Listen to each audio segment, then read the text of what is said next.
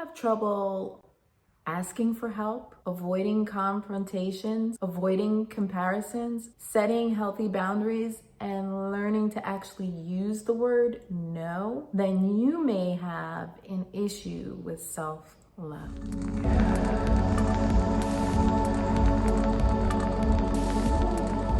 Infinite being, use your intention, love your life.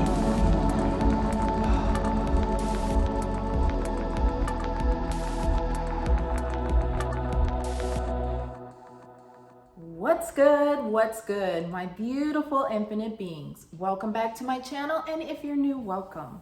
At this channel, we engage in spiritual alchemy to help you realign, transform, and live your best life. Let's talk a little bit about self-love. Self-love is something that so many of us struggle with. Self-love is honoring your authentic self by appreciating yourself, stemming from actions that support your emotional, spiritual growth, physical, and psychological growth.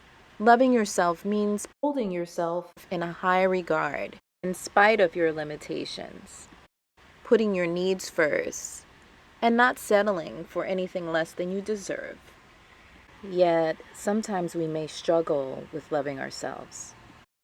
That may look like when we don't love ourselves enough to have boundaries and say no when what it is we are saying yes to is really hurtful for us.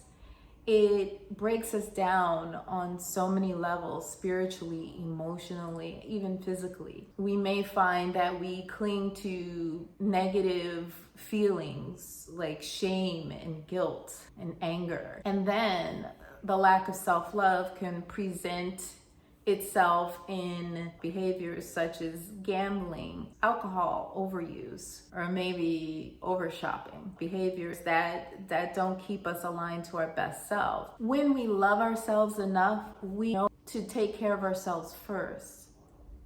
Many times we may tend to put others ahead of ourselves, our children, our families, Friends, and even strangers, all in the name of being helpful or a blessing, leaving us depleted and not even blessing ourselves. And then that leaves us not being able to pour anything out. You certainly can't pour from an empty cup. There is that saying that talks about when you're on an airline and the airline is falling or crashing, and you must first put your oxygen mask on and then help other people, such as your child or your other family members. You certainly don't want to pass out and then them not have a leader amongst them. Some of the things that may happen when we don't love ourselves enough may be poor behaviors such as gambling, over alcohol use, Having sexual flings or affairs, anything to numb what you're going through. Self-love and self-care are not the same thing. Self-care focuses on the actions that we take to express our self-love, but loving ourselves isn't a prerequisite for self-care. Self-love can look like trusting yourself more, being able to tune in more to your intuition instead of asking everyone else for help or what their opinion is. Being able to know that you're beautiful without needing that. to prove yourself or your worth, or even Needing validation from someone else outside of yourself. It may look like asking for help when you need it rather than struggling just to get it done so that you can do it just yourself. perhaps you just don't want to look weak or even uncertain. It may be avoiding comparisons between yourself and others. Taking care of your emotional health, your physical and spiritual, psychological being is also an important component of self-love. How do we practice self-love?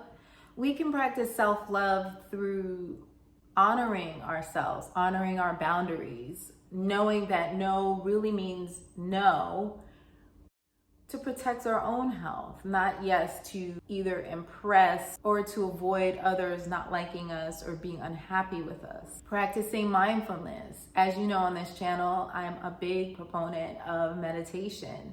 And that is one way we can connect with our inner self to be able to truly know our innermost feelings. Taking a moment and just closing our eyes, checking in and feeling what the yes feels like or the no feels like in our bodies in order to make correct decisions without having to go outside of ourselves and ask 10 friends. Learn your love language. What is your love language? For so long, many of us might even know what of the 5 love languages, what our partner or other people in our lives' love language is and how to express love to them. But have we used it for ourselves? What is your love language? What do you do to make yourself happy?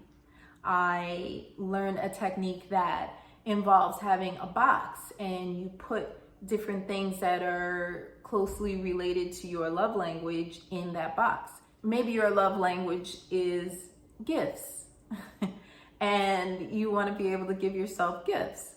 So you may put in that love box, a box of chocolates or something that makes you happy. Maybe you buy yourself a massage and throw it in that box, and when you really need it, you go get that. Or maybe it looks like the key to something special, like a new car.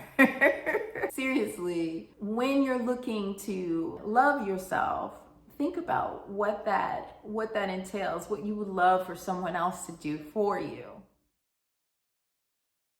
And find a way to do that for yourself. Maybe you'll even buy yourself some flowers on a day when you're feeling not particularly one way or another, or to even pick up your spirits and not feel guilty about picking up flowers because you're the one that had to buy them. It may be money well spent if it's picking up your spirits.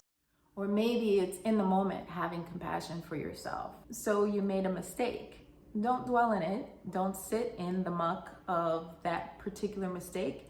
Use it as information, data. So the next time you know what to do, or the next time you make a different choice, a different decision that's more in alignment with your highest self, the best expression of yourself. Sometimes when we say yes to people and we really mean no, it really is a smack to our emotional self. It causes us extreme disturbance within our own selves, within our own self, and causes us to feel not authentic. It also may be harmful to ourselves. Sexually, are you having sex with someone you really don't want to have sex with just so that they're happy and then you leave unfulfilled or hurt or angry? That doesn't do anything to raise your frequency or tap into that energy, particularly not divine feminine energy. And what it does is it puts a negative mark on the very cells of your being.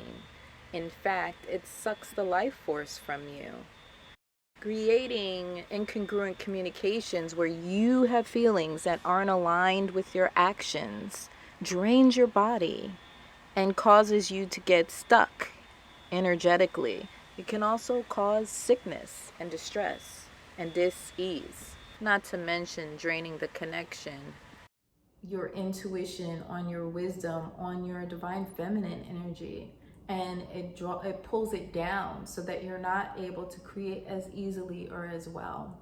So when you're doing things, think about what are the costs to yourself. So these are just some ideas, and I'm wondering now, what are some things that you can do in the positive realm that will uplift you, that will be part of your self-love routine?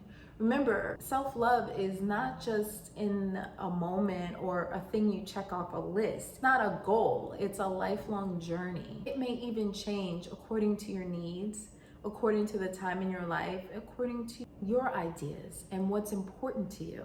Thanks for coming. Smooches. Thanks for watching, Infinite Beings.